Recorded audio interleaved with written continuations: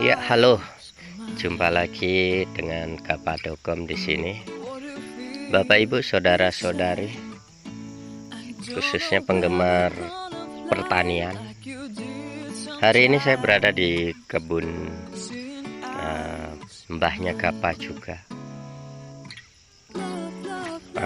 Dan di hadapan kita ini ada tanaman timun ya, Bapak Ibu.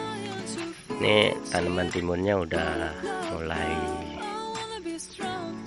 berbunga atau bahkan dah ada calon-calon buah. Timunnya ini subur sih, cuma kalau kita teliti secara lebih dekat lagi, tanaman timun mbahnya Gapa ini masih kekurangan unsur haranya.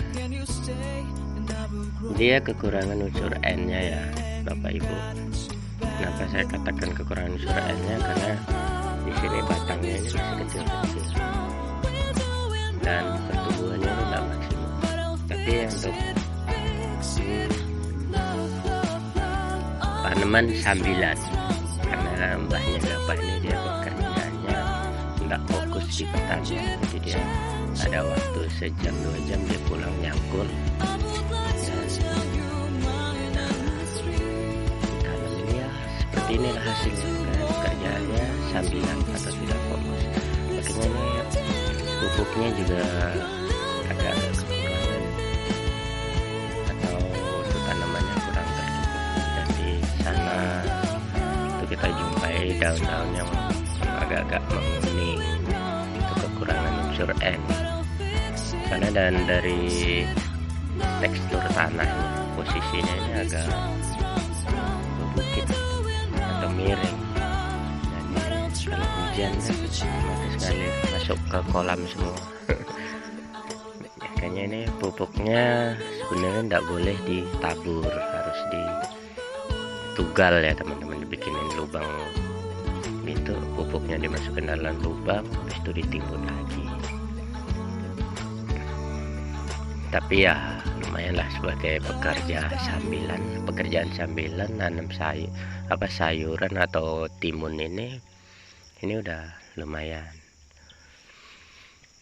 Dan kalau kita lihat dari ciri fisik yang ada di hadapan kita ini, timun ini sudah memasuki umur produktif ya teman-teman ya, karena sebagai ciri-cirinya ada bunga dan calon buah, itu udah produktif. Dan kalau dihitung harinya ini sekitar 29 atau 30 hari umurnya. Jadi ini sekitar 10-an hari lagi itu udah bisa dipanen. Itu yang sana yang udah agak-agak besar tuh.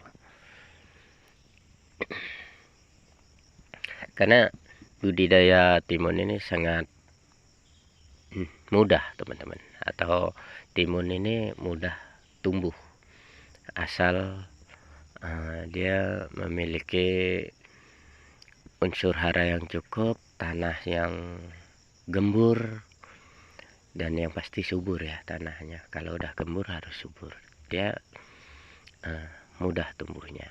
Dan perawatannya dia juga tidak terlalu neko-neko kata orang Jawa, karena dia yang penting 1 minggu 1 kali disemprot menggunakan Mipsin dengan dosis yang sedikit aja, tidak usah banyak-banyak dosisnya, karena itu fungsinya untuk mencegah hama-hama seperti sejenis kepik-kepik gitu teman-teman, kayak kalau bahasa kerennya tuh ladybug. Ladybug, nah seperti jenis-jenis itu. Terus juga ada kayak walang sangit. Nah itu biasa dia hobi di tanaman timun-timun, apalagi menjelang bunga-bunga kayak gini, itu banyak hamanya. Jadi itu dilakukan setiap 1 minggu sekali disemprot. Dan juga ada Mungkin bisa menggunakan fungisida. Kalau yang sering dipakai mbahnya Gapa ini, dia menggunakan selain Mipsin itu ada Basa. Basa itu cuma dia lumayan berbahaya teman-teman, karena dia memiliki dosis yang tinggi. Jadi dia emang dianjurkan untuk penggunaannya itu dosis yang minimal atau dikit-dikit aja. Kemudian pemupukannya untuk tanaman timun ini cuma sebenarnya diperlukan 2 kali, tapi tergantung dari tanahnya. Kalau tanahnya subur 2 kali cukup. Kalau tanahnya kurang subur, dia harus menggunakan pupuk dasar. Nah, hitungannya ya 3 kali, karena menggunakan pupuk dasar, pupuk susulan 1, dan pupuk susulan kedua. Itu jadi 3 kali pemupukan dalam proses budidaya timun ini. Ya, kayaknya itu aja udah lumayan ya. Dan mungkin teman-teman bertanya, cara nanamnya. Cara nanamnya, tanahnya itu harus dibuat bedengan teman-teman. Ini bedengannya, dibuat bedengan, dicangkul gembur, habis itu dibuat lubang tanam, udah tanam, kasih tanah bakar, pupuk dasarnya tadi, udah gitu aja. Nanti tumbuh. Pemberian ajir ini, kayu-kayu ini ajirnya seperti itu. Kemudian perawatan yang seperti saya bilang tadi, disemprot seminggu sekali, dipupuk 2 kali, pupuk susulan pertama dan kedua. Dan pupuk susulan itu dilakukan ketika dia berumur, yang pertama, susulan pertama di umur 4 hari, 3 atau 4 hari. Atau kalau misalnya kondisinya tanamannya masih belum memungkinkan, ya bisa di umur 6 atau 7 hari. Tergantung dari tanaman. Kalau tanamannya pertumbuhannya bagus, itu sebenarnya umur 3-4 hari udah boleh dipupuk. Dan kemudian susulan kedua di umur 14 hari. 14 hari atau 15 hari boleh dipupuk. Pupuk lagi. Jadi dan pemupukannya itu, pupuk susulan pertama itu menggunakan urea dengan KCl ya teman-teman. Karena di umur itu dia itu masih masa-masa pertumbuhan. Jadi dia pertumbuhan, jadi yang diperlukan itu urea itu merangsang pertumbuhan untuk batang dan daun. Fungsinya unsur N atau urea itu teman-teman. Kalau pupuk KCl itu fungsinya untuk memperbanyak akar atau memperkuat akar. Jadi akarnya biar banyak, sehingga tumbuhan itu memiliki kekuatan biar tidak mudah roboh atau tercabut ketika tertiup angin. Jadi makanya akarnya itu harus banyak dengan memberikan pupuk KCl. Dan kalau di susulan kedua, di umur-umur yang saya bilang 14, biasa 14 sampai umur 17 hari itu boleh. Itu kita gunakan juga di situ ureanya juga boleh sedikit, tapi ditambahin dengan SP. Karena ureanya juga fungsinya dia juga untuk memperkuat batang tadi. Terus kalau SP-nya dia udah mengarah ke perangsang pembungaan teman-teman.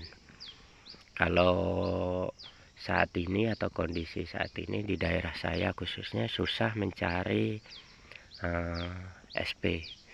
Jadi teman-teman biasa menggunakan NPK Mutiara. Kalau udah menggunakan NPK Mutiara di pupuk susulan kedua, dia ureanya bisa pakai bisa enggak, tergantung juga dari tanaman kita. Kalau tanaman kita udah kelihatan subur hijau, nah itu udah enggak perlu pakai urea, karena itu menandakan sudah cukup unsur N. Tapi kalau masih ada kekuning-kuningan gitu, masih boleh ditambahkan urea sedikit-sedikit. Dan